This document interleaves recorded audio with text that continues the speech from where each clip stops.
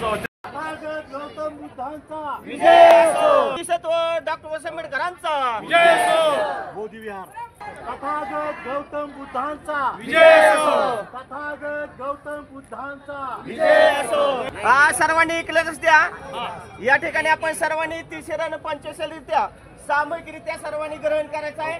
बनतेजी पण आपल्या बरोबरच सामूहिकरित्या तिसऱ्यानं पंचशील घेते. सर्वांनी या ठिकाणी पंचशील ग्रहण करायचं आहे.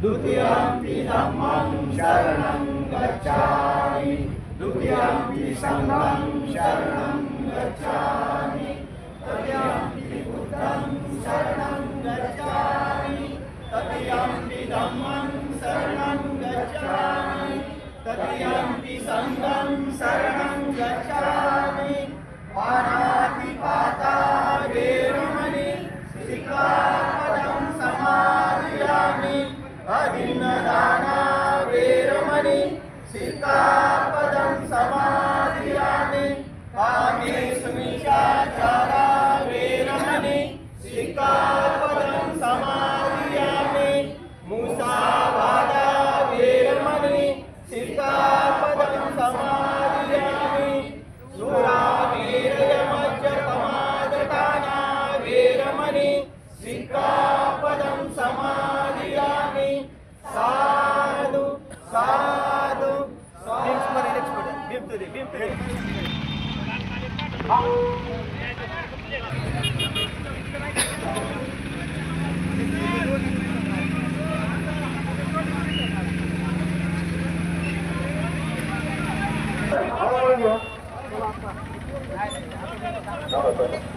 चला पुढे जोरचे लोक थांबा जरा ओके या ना पुढे या चला चला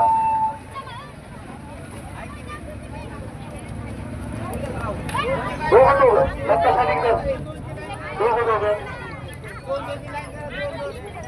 बोलणी स्टॉप करा हे गाडी हवा होते हा एकदम जमा नाही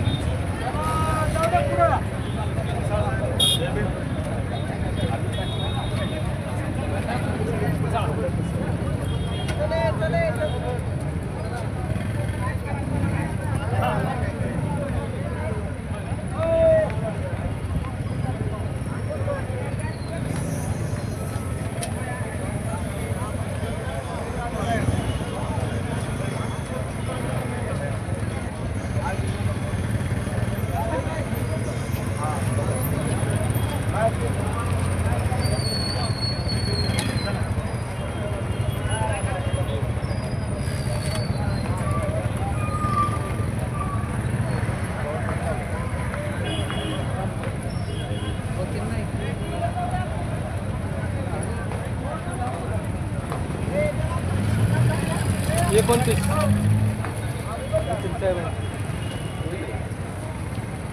राहुल 29 तारखेला आहे. ही सगळे मिळून आहे त्यांचं वेगळं आहे.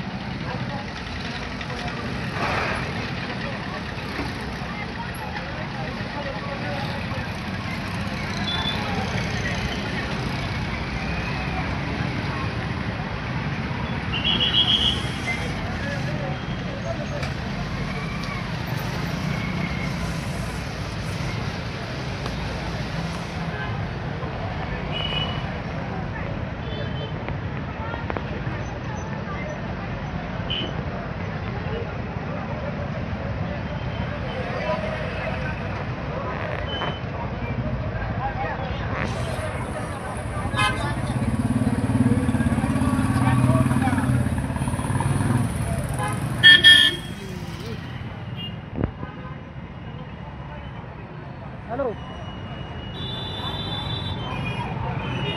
हो हो हो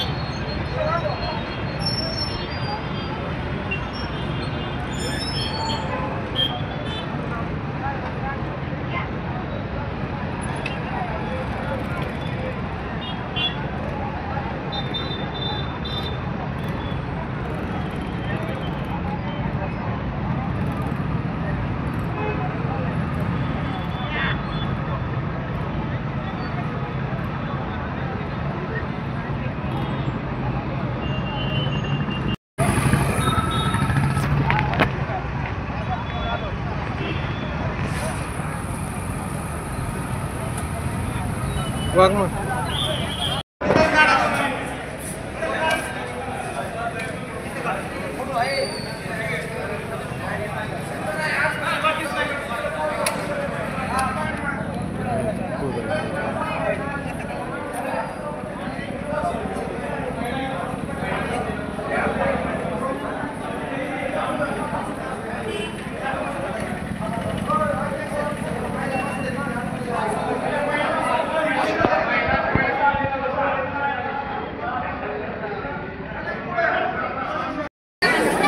दीपा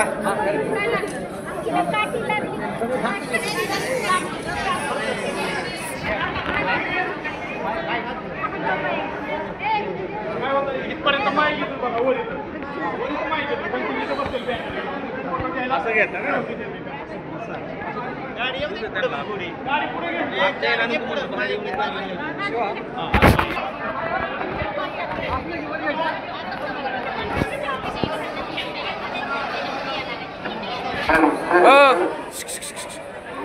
ओ खाली घ्या ही मावशी बोर्ड खाली घ्यायला लावा. खाली ठेवा खाली खाली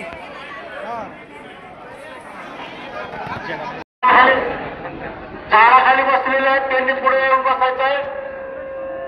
इकडे उभं राहिले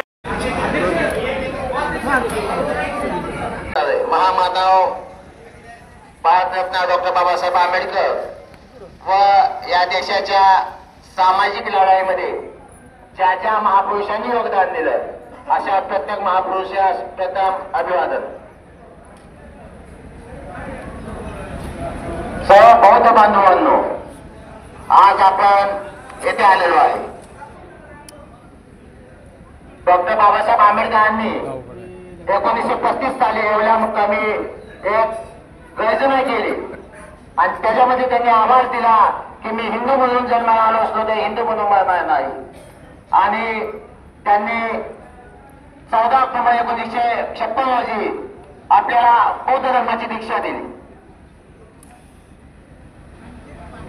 लक्षात ठेवा, बाबासाहेबांनी आपल्या बौद्ध धर्माची दीक्षा दिली. ही बौद्ध धर्माची दीक्षा का दिली, कशासाठी दिली?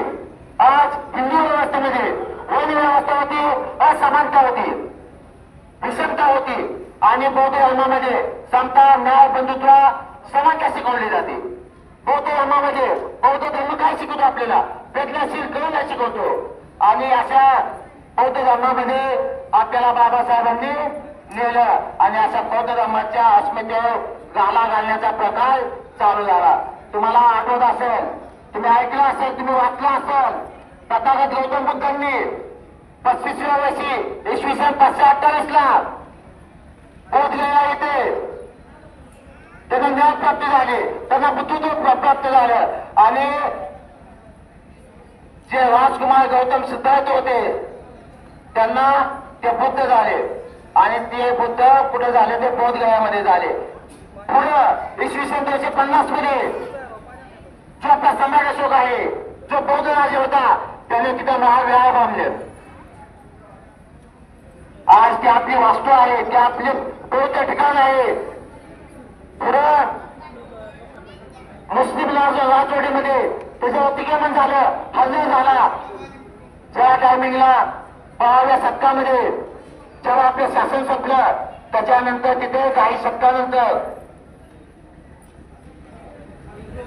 पटांनी कब्जा केला, ब्राह्मणांनी कब्जा केला आणि एवढा कब्जा केला की त्यांनी पुढे सांगितलं, ही जागा आमची आहे, हे विहार आमचं आहे. करून तुमचं विहार आहे. बुद्धांनी आपल्या समता, बंधुत्व शिकवलेले आहे. त्या संविधानिक बोलता येत नाही, पण नाईलाज आहे. तर त्यांनी सांगितले, ही जागा आमची आहे, हे विहार आमचं आहे. ज्या टाइमला ब्रिटिश शासन आलं, ज्या टाइमला ब्रिटिश शासनाची आपल्यावर सत्ता आली, तेव्हा 1881 मध्ये ब्रिटिश शासनाने ते महाविहार, त्या महाविहाराचे जे पडलेलं जे काम होतं ते हाती घेतलं. थोडी तुटफूट होती आणि 1891 साली श्रीलंकेचा जो बौद्ध अनुयायी होता, त्या बौद्ध अनुयायांनी लढा उभारला 1891 मध्ये आणि तो लढा आज आपण लढतोय. 1891 मध्ये लढा लढल्यानंतर 1949 ला शासनात जाग आली. शासन बाहेरच्या देशामध्ये जाऊन सांगायचा, मी बुद्धांच्या देशातून आलोय, हे बुद्धांचं राष्ट्र आहे आणि अभिमानाने सांगायचं आम्ही बुद्धांच्या देशातून आलोय. आणि राजकाचे 1949 ला त्यांनी बिहार शासनाला एक कायदा संमत करायला भाग पाडलं आणि आपल्याला त्याने लावून दाखवलं. त्या कायद्यामध्ये 1949 जो बिहार व्यवस्थापन कायदा झाला, त्याच्यामध्ये 5 हिंदू आणि 14 बुद्ध, तिथे आपल्या अन्याय झाला आणि तो लढा आज आपण लढतोय. समतेचा लढा आज आपण लढतोय. आपल्याला आपल्या मागण्या काय आहेत? तिथे आपली अस्मिता आहे, आपल्या मागण्या आहेत ते बौद्ध विहार संपूर्ण बौद्धांच्या ताब्यात द्या. त्या बौद्ध विहारमधून जे मनुवाद आहे, ब्राह्मणवाद आहे, ब्राह्मण प्रशासन आहे, ते हटवा आणि 1949 चा कायदा कॅन्सल झाला पाहिजे. तर ह्या मागण्या घेऊन आपण इथे आलेलो आहे. आलेल्या सगळ्या माता भगिनींचं, आलेल्या सगळ्या बौद्ध बांधवांचं मी इंदापूर तालुका महाबोधी महाविहार मुक्ती आंदोलन इंदापूर तालुक्याच्या वतीने सगळ्यांचे ते स्वागत करतो. आपल्याला हा लढा शेवटपर्यंत पोहायचा आहे आणि तुम्ही असेच साथ देतात असे मी अपेक्षा व्यक्त करतो. जय भीम, नमो बुद्धाय. आणि यानंतर या ठिकाणी प्रस्तावना सांगायची होती, आपल्या कार्यकर्त्यांनी सांगितली. आता म्हणते आपले विचार इथे मांडते. महाकारुणिक तथागत गौतम बुद्धांची म्हणा, करुणा असो म्हणा. विश्ववंदनीय परमपूज्य बोधिसत्व महामानव डॉक्टर बाबासाहेब आंबेडकरांचा.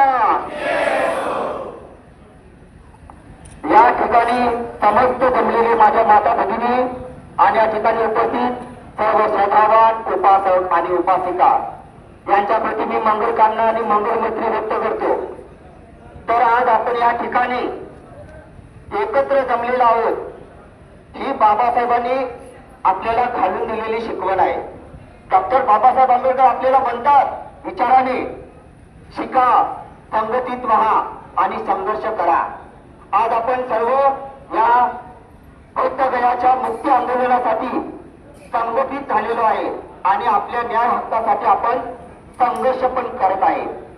प्रशासनाला, शासकीय प्रशासनाला एवढीच विनंती आहे की मी एवढंच बोलू इच्छितो, मुस्लिमांचे मस्जिद मध्ये मुस्लिमांचा अधिकार चालतो, हिंदूंच्या मंदिरामध्ये ब्राह्मण पुजारीचा अधिकार चालतो, सिखांच्या गुरुद्वारामध्ये सिखांच्या धर्मगुरूंचा अधिकार चालतो, परंतु बौद्ध विहार हे आमचं असून सुद्धा तिथे बौद्धांचा अधिकार नाही चालत. हा किती मोठा आपल्यावर अन्याय आहे. इथे बसलेल्या सर्व लोकांना सांगू इच्छितो की डॉक्टर बाबासाहेब आंबेडकर म्हणतात, अन्याय करणाऱ्यापेक्षा अन्याय सहन करणारा सर्वात जास्त गुन्हेगार आहे. म्हणजे आपण इथे अन्याय सहन करायचं का? या लोकांनी आपल्या विहारांवर कब्जा केलेला आहे. कित्येक वर्ष सम्राट अशोकांनी 84,000 विहार निर्माण केले, पण एक विहार सुद्धा आमचं या ठिकाणी आमच्या ताब्यात नाही. ही किती मोठी अन्याय आहे. आणि भारतातील सर्व जगातील देश आपल्या भारत देशाला बुद्धाचा देश म्हणून ओळखतो. आज आपल्या भारताचे पंतप्रधान सुद्धा बाहेरच्या देशामध्ये गेल्यानंतर मी बुद्धाच्या देशातून आलो असं आवर्जून सांगतात, परंतु आज आपल्या बुद्धांचा देश असून सुद्धा आपल्याला आपला न्याय, आपला हक्क मागण्यासाठी आंदोलन करावं लागतं. ही किती मोठी शोकांतिका आहे. म्हणून प्रशासनाला विनंती आहे की आमचं बौद्ध गया आमच्या ताब्यात द्या, हीच तुम्हाला मी आवाहन करतो. आणि या ठिकाणी माझे शब्द मी थोडक्यात थांबवतो. सर्वांचे मंगल हो. भवतु सप्प मंगलम, भवतु सप्प मंगलम, भवतु सप्प मंगलम. भारतीय बौद्ध महासभेच्या महिला आदिता ताई कांबळे आपले मनोगत 2च मिनिटात व्यक्त करतो.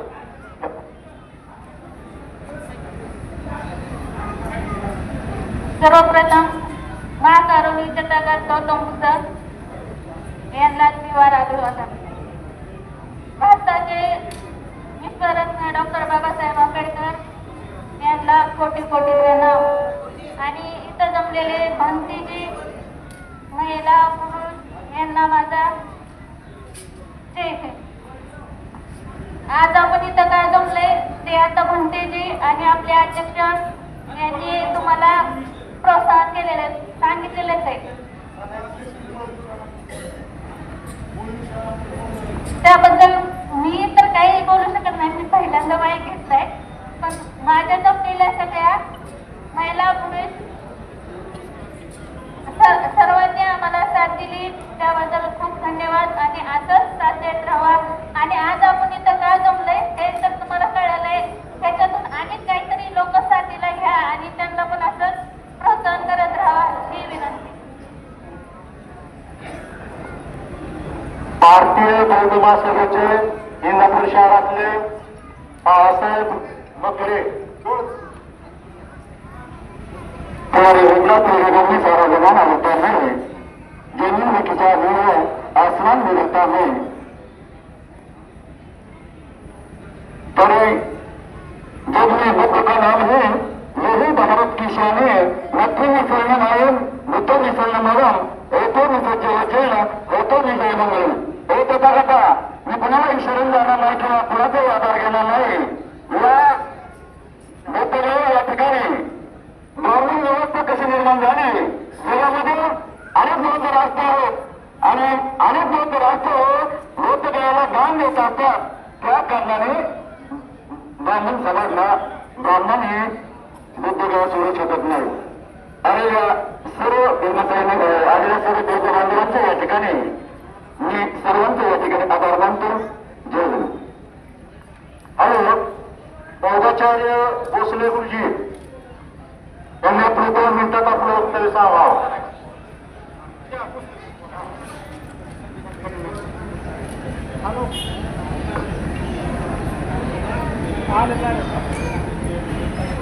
महाकारुणिक, विश्ववंदनीय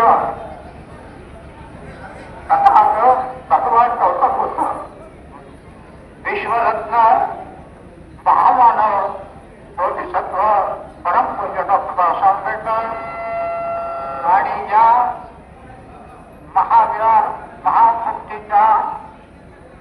मूक मोर्चामध्ये सहभागी झालेल्या बंधू आणि भगिनींनो,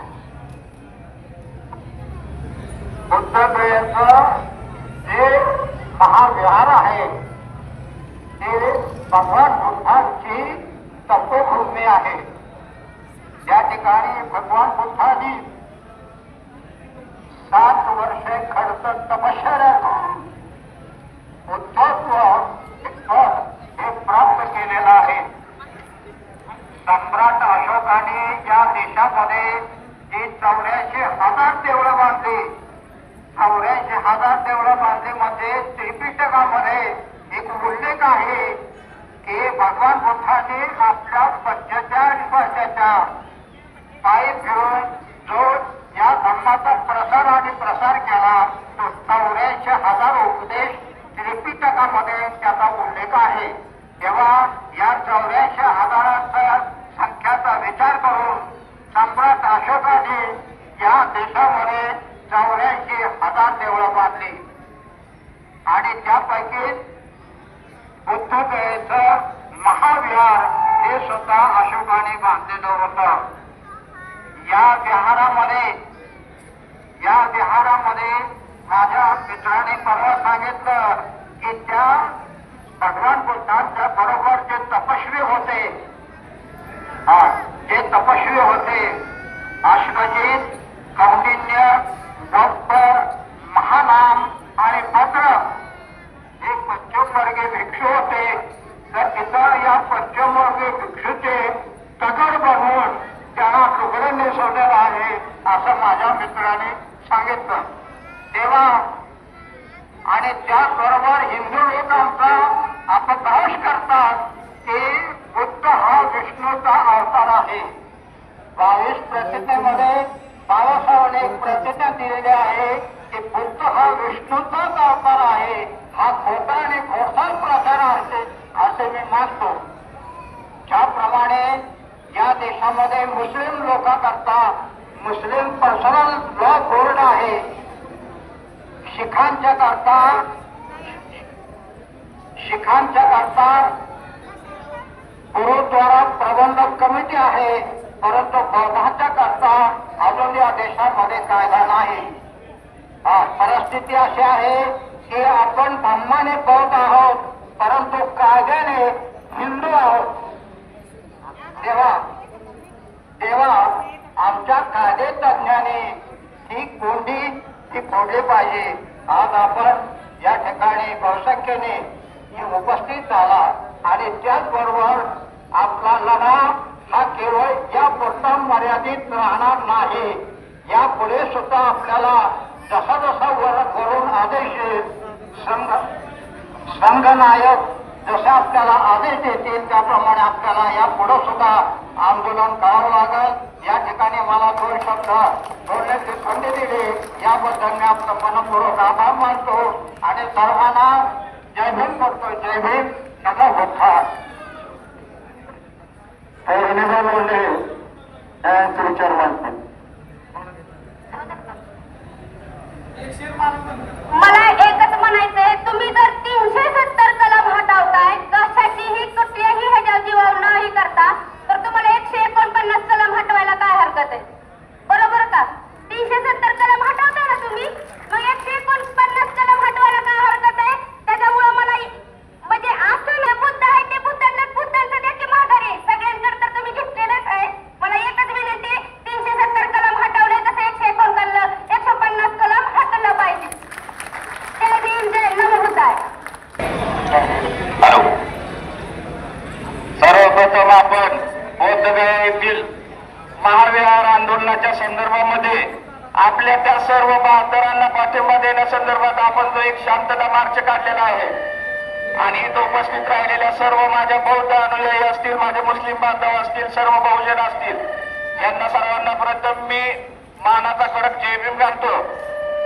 मित्रांनो आणि भगिनींनो, आपल्या बहुजन महापुरुष महामाता असतील, आपले महान संत असतील, त्यांनी त्यांच्या तळ आयात आपल्याला आपले शत्रू कोण आणि मित्र कोण याची ओळख परफेक्ट करून दिलेली आहे. आज तथागत बुद्धांपासून 4000 वर्षांपासून एकाच वर्ण व्यवस्थेचा आपल्याला त्रास होत आहे, तो म्हणजे ब्राह्मणांचा फक्त आपल्याला त्रास होतोय. सूचक वक्तव्य एवढ्यासाठी करावं लागतं की सर्व आपले बहुजन अल्पसंख्याक सगळं आपण भाऊ म्हणून राहतोय इथं, आणि त्यांचा त्रास आज सुद्धा कमी होत नाहीये. याचा कुठेतरी मी आज जाहीर निषेध करतो. आणि आपल्या बहुजन महापुरुषांना जी आपल्याला परंपरा दिलेली आहे, त्या परंपरेनुसार आज आपण आपला शत्रू आणि आपला मित्र ओळखण्याची गरज आली एवढेच बोलतो. आणि या आमचा भीमा कोरेगावचा इतिहास सुद्धा विसरू नये एवढीच मी त्यांना चेतावणी देतो आणि थांबतो. जय हिंद. महादेवराव भावडा.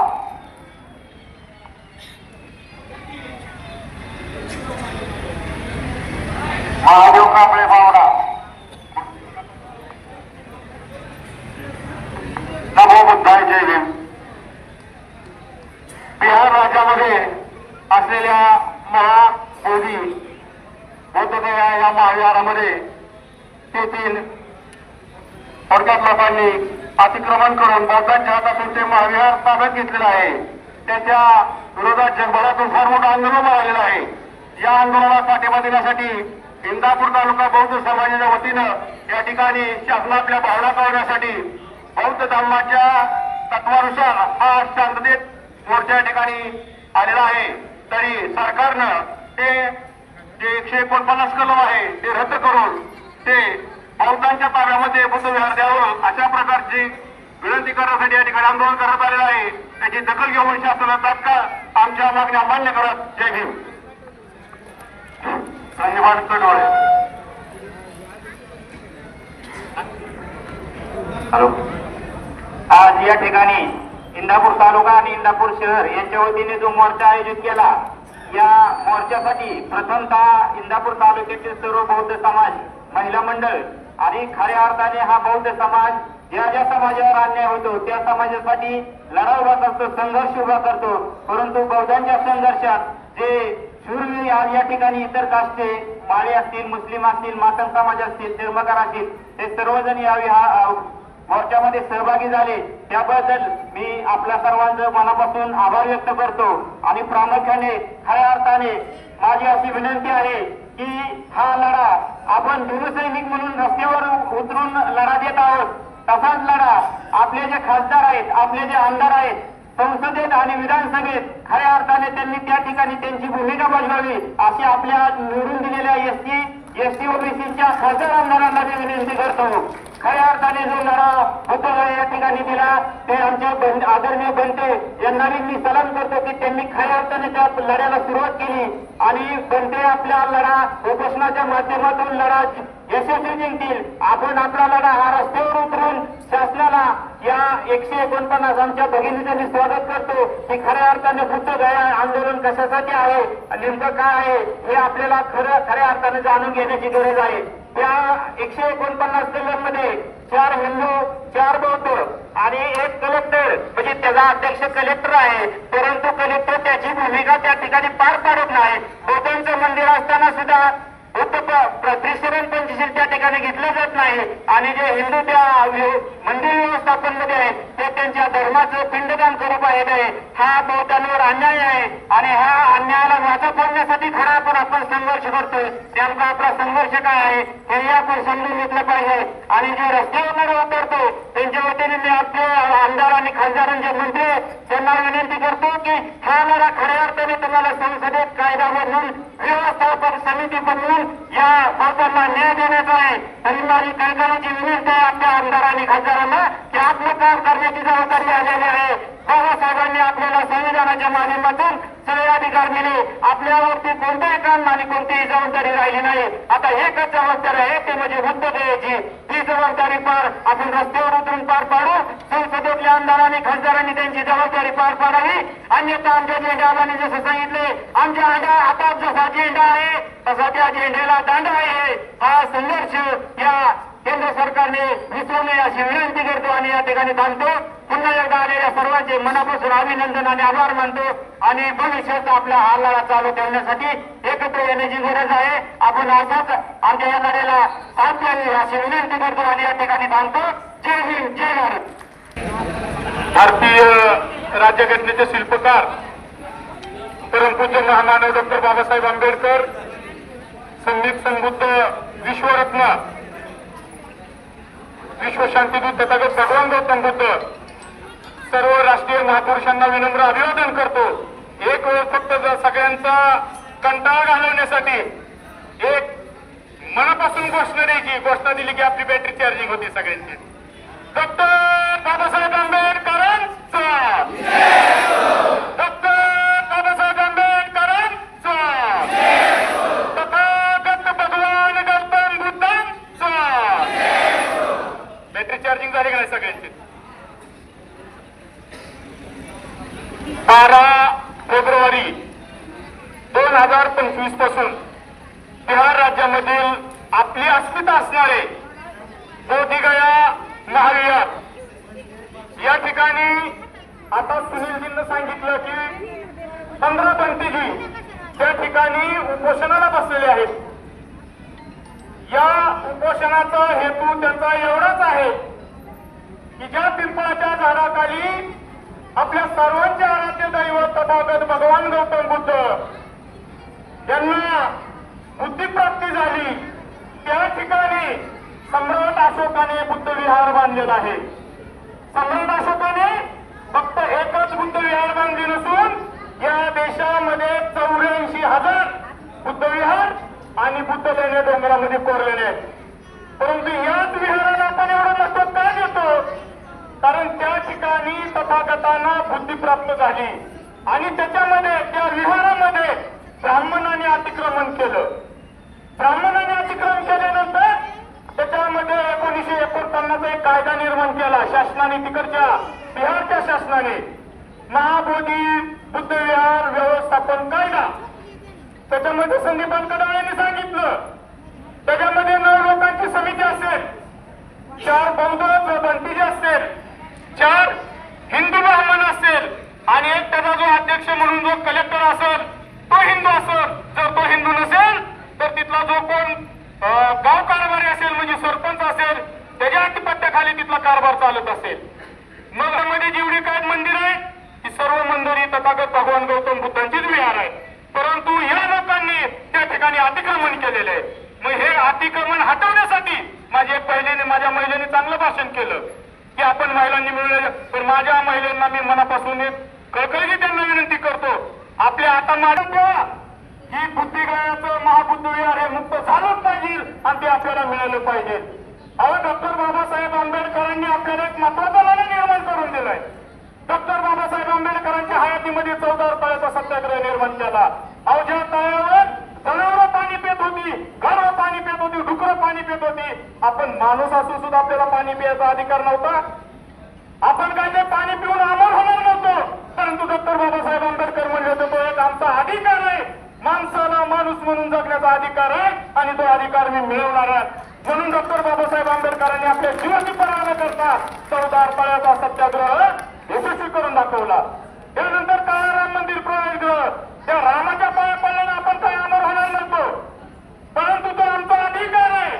त्या रामाच्या मंदिरात जाऊन आम्ही पाया पडणार आणि तिथला अधिकार आम्ही गाजवणार. डॉक्टर बाबासाहेब आंबेडकरांनी आपल्या आनेच्या नेतृत्वाखाली काळाराम मंदिराचा सत्याग्रह यशस्वी करून दाखवला. आपण फार मोठे नशीबवान आहात, लय मोठं नशीब आहे. डॉक्टर बाबासाहेब आंबेडकरांनी आपल्याला एक दिलेलं आहे, ताकद दिलेली आहे. भारतीय संविधानाच्या माध्यमातून आपल्याला संघटित शिका, संघटित आणि संघर्ष करा. ही संघर्षाची वेळ आहे. चांगल्या मार्गासाठी, चांगल्या कामासाठी आज आपल्याला संघर्ष करायचा आहे. आपण संघर्ष करतो आपल्या 17 तारखेला एक मोर्चा निघाला की दुसरं कोणीतरी एक मोर्चा निघेल. आम्हाला काय याच्याबद्दल कुणाला काय बोलायचं नाही. आम्हाला जर या ठिकाणी राजकारणच करायचं असतं, इंदापूरच्या बुद्ध विहारापासून आपण मोर्चा काढला असता. आज जे हजारोचे लोक या ठिकाणी जमा झालेले आहेत ती एक आंबेडकरवाद्यांची ताकद आहे, समस्त बौद्ध समाजाची ताकद आहे. माझ्या बौद्ध बांधवांना कळकळीची विनंती आहे, हे आंदोलन तर यशस्वी होणारच आहे. परंतु या आंदोलनामध्ये यशस्वी होण्यासाठी ज्या वेळेस इतिहासाचं पान लिहिलं जाईल, ज्या वेळेस इतिहासकार पेन हातात घेईल, त्याच्यामध्ये इंदापूरचं नाव आल्याशिवाय राहणार नाही. आणि हे तुम्हाला तुमच्या पिढीला येणाऱ्या मुलांना, बाळांना, नातवांना तुम्ही स्वाभिमानाने सांगू शकतो की जे बोधिगयाचं बुद्ध विहार आज जे आपल्या बौद्धांच्या ताब्यात आलंय ते मिळवून देण्यासाठी आम्ही इंदापूरमध्ये हजारोच्या संख्येने मोर्चा काढला, पुण्यातून मोर्चा काढला. हे तुम्हाला स्वाभिमानाने सांगावं लागणार आहे. वेळ भरपूर झालाय. माझ्या जेवढ्या माता भगिनी आहेत, मी खरोखर तुमचं झालं पाहिजे. कुठलीही लढाई महिलांशिवाय यशस्वी होत नाही. महिला ज्या ज्या आंदोलनामध्ये सहभागी झाल्या ते आंदोलन यशस्वी झालेत. इंदापूर तालुक्यातील तमाम बौद्ध बांधवांना माझी मनापासून कळकळीची त्यांना विनंती पण होती आणि आता मनापासून त्यांना हात जोडून मी सगळ्यांचे आभार व्यक्त करतो की भावांनो, भगिनींनो, माझ्या आयांनो, तुम्ही या आंदोलनामध्ये सहभागी झाला आणि इंदापूर तालुक्यातील बौद्ध समाजाची ताकद तुम्ही दाखवून दिली. याबद्दल मी सर्वांचा आभार मानतो आणि मी माझे मनोगत थांबवतो. जय भीम, जय भारत. विशेष करून माझ्या आपण या देशामध्ये एक आंदोलन सुरू आहे बौद्ध समाजाचं. ते कशासाठी आहे हे खूप महत्वाचं आहे. हे आंदोलन आहे बोधगया या ठिकाणी जे बोधगया मंदिर आहे त्याला आपण महाविहार म्हणतो, कारण याच विहाराच्या ठिकाणी तथागत भगवान गौतम बुद्धांना ज्ञान प्राप्ती झाली आणि तथागत गौतम बुद्धांचं जे ज्ञान आहे ते भारतामध्येच नव्हे तर संपूर्ण जगामध्ये आपणाला या ठिकाणी पसरलेलं दिसतं. ज्या भारत देशामध्ये बुद्धांचा जन्म झाला, ज्या भारत देशामध्ये बौद्ध धर्म मोठ्या प्रमाणामध्ये वाढला, फक्त भारतामध्येच नव्हे तर जगामध्ये बौद्ध धर्मीयाचे अनुयायी हे खूप मोठ्या संख्येने आहेत. या जगामधील जे विकसित देश आहेत, जपान असेल, चीन असेल, अमेरिका असेल, थायलंड असेल, अशा अनेक विकसित देशामध्ये ज्याची प्रगती आपण फक्त टीव्हीवरती पाहतो. अमेरिका खूप पुढे गेली, अमेरिकेने खूप प्रगती केली, अमेरिकेचं विज्ञान खूप मोठं आहे. जपानचं बघतो, जपानचंही खूप विज्ञान मोठं आहे. चीनला आपण या जगातला महासत्ता बनणारा देश आपण म्हणून त्याची ओळख निर्माण केलेली आहे. आणि ज्या देशामध्ये या बौद्ध धर्माचा प्रचार आणि प्रसार झाला, मोठ्या प्रमाणामध्ये जन्म झाला, त्या बौद्ध देशामध्ये या भारतामध्ये आपणाला बौद्ध धर्माचा म्हणावासा प्रचार झालेला दिसून येत नाही. 1950 नंतर या देशामध्ये भारतीय राज्यघटना अस्तित्वामध्ये आली. बाबासाहेब आंबेडकरांनी आपल्याला लोकशाही दिली. 1956ला बाबासाहेब आंबेडकरांनी बौद्ध धर्म स्वीकारला आणि तुम्ही आम्ही पूर्वाश्रमीचे, ज्याला अछूत म्हणलं जायचं, ती लोक या देशामध्ये बौद्ध झाली. पण बाबासाहेब आंबेडकरांनी धर्मांतर करताना ज्या 22 प्रतिज्ञा दिल्या, त्या 22 प्रतिज्ञा आपण आजपर्यंत आचरणात आणल्या नाहीत आणि त्याचंच कारण म्हणून आज आपल्याला एका विहारासाठी रस्त्यावरती उतरावं लागतंय. माझ्या तमाम बौद्ध बंधू भगिनींना माझं आवाहन आहे की आजचं जे आंदोलन आहे, हे आंदोलन कोणत्याही एका राजकीय संघटनेचं नव्हतं, कोणत्याही एका सामाजिक संघटनेचं नव्हतं. हे संपूर्ण धार्मिक कार्यक्रम होता आणि या कार्यक्रमाला सर्वांनी उपस्थित राहणं अत्यंत आवश्यक होतं. उपस्थित राहिला. माता भगिनींना माझी विनंती आहे की आपला हा लढा हा असाच आपण सतत ठेवत ठेवतो, कारण बाबासाहेब आंबेडकरांनी आपल्याला संघर्ष करायला सांगितला. कोणत्याही गोष्टीसाठी आपण संघर्ष करतो, रस्त्यावरती उतरतो आणि आपली मागणी मान्य करण्याचा प्रयत्नही करतो. पण मला असं नाही वाटत की गेल्या 50 वर्षामध्ये मी खूप पाहिलंय. माझा जन्म झाल्यापासून मी गेले 25 वर्षामध्ये या चळवळीमध्ये आहे. या चळवळीमध्ये मी 25 वर्षामध्ये पाहिलेलं आहे की आपण ज्या ज्यावेळी रस्त्यावरती उतरलो, ज्या ज्यावेळी आंदोलनं केली, पण आपलं कोणतंही आंदोलन यशस्वी झालं नाही. आंदोलन जर यशस्वी होत नसेल तर त्याची कारण आपण शोधली पाहिजेत. कारणावरती आपण काम केलं पाहिजे, परिणामावरती आपण काम नाही केलं पाहिजे. म्हणजे एखादा आजार जर मला झाला तर त्या आजाराला जोडून मला दुसरा आजार होतो. म्हणजे मला जर कावीळ जर झाले तर अजून त्या जोडीला अजून एखादा कोणता तरी आजार होतो. त्या आजाराला जोडून अजून दुसरा कोणता तरी आजार होतो. आपण काय करतो, त्या आजारावरच्या डॉक्टरकडे जातो आणि आपला आजार बरा करण्याचा प्रयत्न करतो. दुसरा आजार झाला की आपण दुसऱ्या डॉक्टरकडे जातो, त्या डॉक्टरकडे जाऊन तो आजार आपला बरा करण्याचा प्रयत्न करतो. माझ्या बंधू भगिनींना हीच विनंती आहे की आपण किती दिवस डॉक्टर बदलणार आहात. आपण प्रत्येक रोगावरती इलाज करत गेलो, पण आपण जर ध्येय जर ठेवलं की मला आजारच झाला नाही पाहिजे, मला आजारच झाला नाही पाहिजे, तर त्याच्यासाठी काम करणं अत्यंत गरजेचं आहे. बाबासाहेब आंबेडकरांनी या देशामध्ये 1950 साली ज्यावेळेस या देशाला लोकशाही दिली, भारतीय राज्यघटना दिली, त्यावेळेसच बाबासाहेबांनी एक डॉक्टरकीचा एक इशारा आपल्याला दिला. काय दिला होता इशारा? की तुम्हाला जर या आजारावरचं जर रामबाण उपाय जर शोधायचा असेल, रामबाण उपाय जर शोधायचा असेल, तर तुम्हाला प्रत्येक आजारावरती काम करणं गरजेचं नाही, तो आजार होऊ न देण्यासाठी काम करणं गरजेचं आहे. मग काय करायला पाहिजे बाबासाहेबांनी सांगितलं? मी तुम्हाला सांगतो, या देशामध्ये धर्म त्याचाच वाढतो तो राजा असतो. बाबासाहेबांनी सुद्धा तेच सांगितलं. बघा तुम्ही, सम्राट अशोकाच्या कालावधीमध्ये म्हणतो आपण की बोधगया विहार हे बांधलं गेलं. 84,000 सुखाची निर्मिती कोणी केली? सम्राट अशोकाने केली. सम्राट अशोक कोण होता? या देशातला, या जगावरती राज्य प्रस्थापित करणारा राजा होता. म्हणजे राजाच्या आश्रयाखाली या देशामध्येच नव्हे तर जगामध्ये बौद्ध धर्म वाढलेला आपल्याला दिसून येतो. तर मला तुम्हाला सांगायचंय की या देशामध्ये त्याच्यानंतर, सम्राट अशोकानंतर या देशामध्ये 1200 वर्ष मुस्लिम आक्रमण झालं आणि त्यावेळेस या देशामध्ये कोणता धर्म वाढला? मुस्लिम धर्म वाढला. त्याच्यानंतर या देशावरती कुणी आक्रमण केलं? इंग्रजांनी केलं, ब्रिटिशांनी आक्रमण केलं. त्यांच्या राजाश्रयाखाली कोणता धर्म वाढला? ख्रिश्चन धर्म वाढला.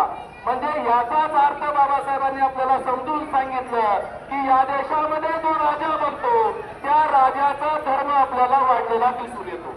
मित्रांनो, मला तुम्हाला हे सांगायचं आहे की राजा जर तुमचा असेल तर तुमचा धर्म वाढेल. डॉक्टर बाबासाहेब आंबेडकरांचा